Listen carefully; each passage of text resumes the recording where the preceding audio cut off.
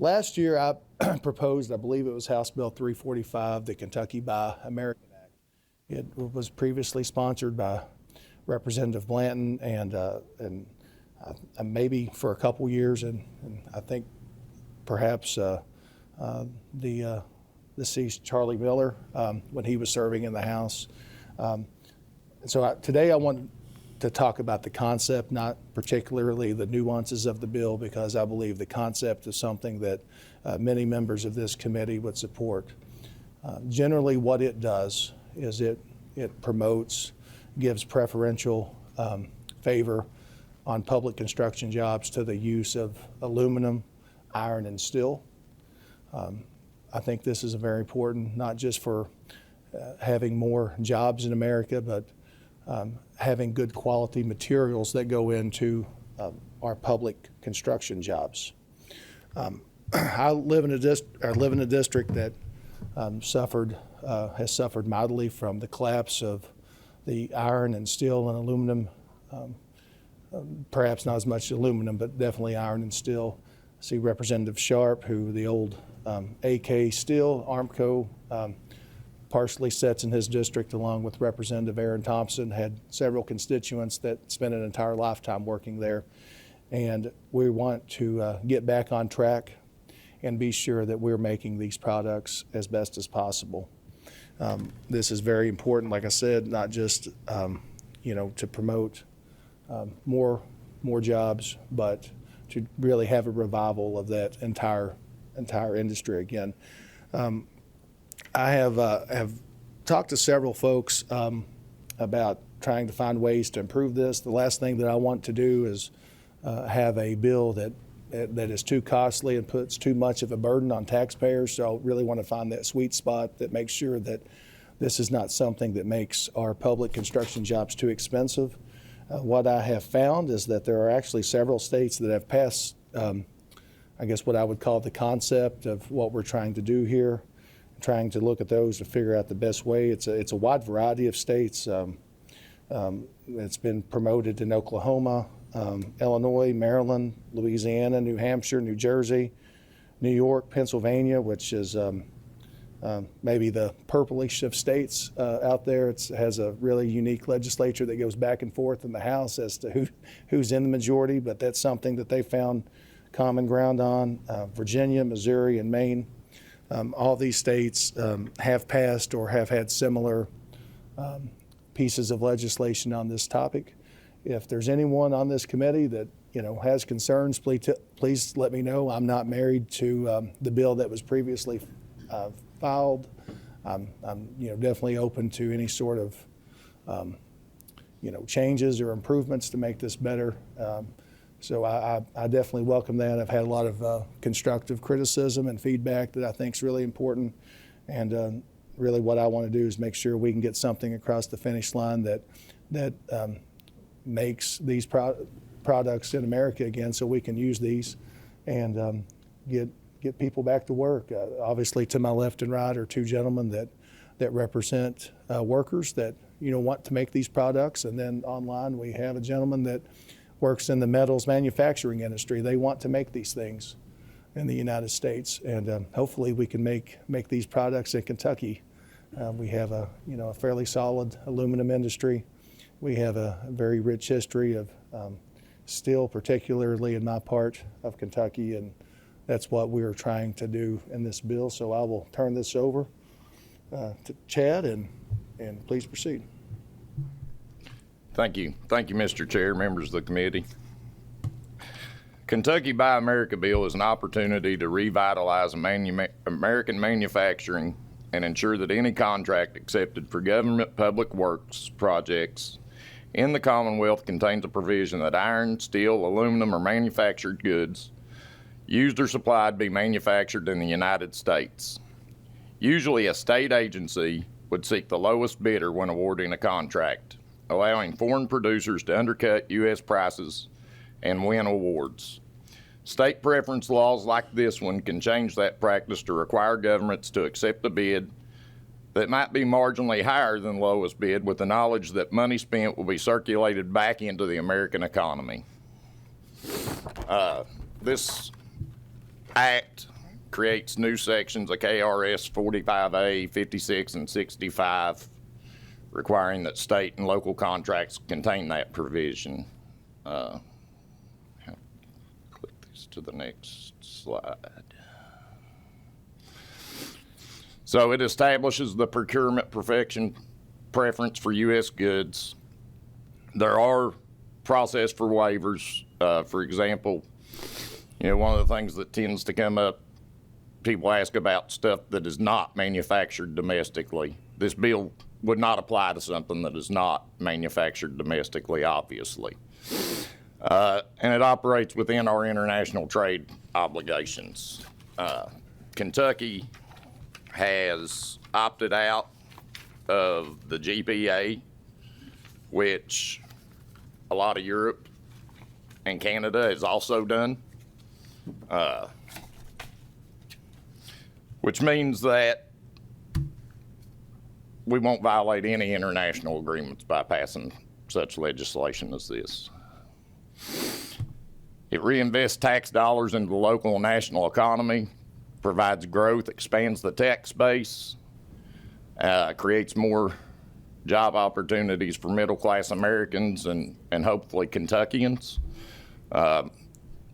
More jobs means less demand for social safety nets. Maximizes return on expenditures, invests back in the local economy. It promotes factory expansion into Kentucky and nationwide, and levels the playing field for domestic manufacturers who comply with U.S. environmental and labor standards, but compete against unregulated imports. Right now, our laws are creating jobs in China, India, and other countries. It strengthens China's defense industrial base, and the spending conflicts with our own public priorities: clean air, water, safe work environments, job creation. Tax dollars reward companies that shift production overseas right now. Compliance with proposed Buy America laws mean existing compliance procedures with federal requirements. Kentucky already complies with the broader federal rules on federally assisted infrastructure projects. Federal Buy America laws have been in place for decades. The 2021 Build America, Buy America Act expanded existing Buy America rules to cover all projects and cover all materials and manufactured products. The Kentucky bill that was previously introduced is weaker than the federal requirements. Dozens of states have Buy America laws. The Representative Flannery went through those states just a few minutes ago. We were a very big part of passing that in Virginia last year. In the last 10 years, Colorado, Illinois, Maryland, New Jersey, New Hampshire, New York, Pennsylvania, and Texas all joined the Made in America movement, and other states are close behind. It's been discussed here for probably at least 5 years now, maybe longer. Supporters of this are the United Steelworkers, the Alliance for American Manufacturing. 82% of taxpayers agree that taxpayer dollars should go to American products, and Presidents Trump and Biden both advanced Buy America policies. The legislative history here: Representative Flannery introduced it in 2025, Representative Blanton introduced it in 2024, and Representative Miller in 2022. These were the co-sponsors last session. We can provide all this for you. I'm not going to read through them, but that pretty much concludes what I've got. Representative Flannery, did you all say you had somebody online that wanted to We do. chime in? He should look. It appears like he's on there. Okay. Yes, I'm here. Can you all hear me? Yes, we can. Could you please identify yourself for the record, and you may proceed. Absolutely. Good morning, and thank you, Mr. Chairman, for allowing me to be here today, as well as just to participate virtually. My name is Mike Buckington. I'm CEO of Metals Innovation Initiative, and I was with you all a couple months ago when we talked about some workforce and raw materials things that we're working on. So once again, thank you for allowing me to be here today. I have a long career in metals, both iron, steel, and aluminum, not just in the U.S. and Kentucky, but also throughout the world in my career. So I'm wanting to really just talk about where I think the metals industry is in general. There has been significant investments recently in the metals industry, and I would point to what everyone can probably relate to. Just in Kentucky, there's been significant investments by Nucor Steel. They started up a new facility in Brandenburg, as well as they continue to expand their facility up in northern Kentucky. North American Stainless as well have continually grown their facility up in Carrollton. Right now, I know they have several $100 million investment going on. And then in the aluminum industry, of course, at Logan, where I worked, Logan had almost $1 billion of investment over the last several years. Novelis has significant investment going in Berea and Guthrie. And then throughout the rest of the U.S., there's a lot of investment going in as well. In general, the area we're talking about, construction, just in general, I would say most all products are made in the U.S. There might be a few that aren't, but they're very few. And in general, in addition to that, I would say that the U.S. industry, metals industry, produces products at the lowest cost and the highest quality when you compare to our competitors throughout the world. As already mentioned, sometimes material offshore, I would just say, does come in. A lot of times that can be at a lower cost. It may be because it's subsidized in some way. But even so, we tend to be pretty competitive on all of those situations. I think part of the story here this morning is just considering supply chain integrity and reliability. I think that's becoming more important. You hear a lot about it in the news. You probably hear more about it in some unique areas such as rare earths and others like that.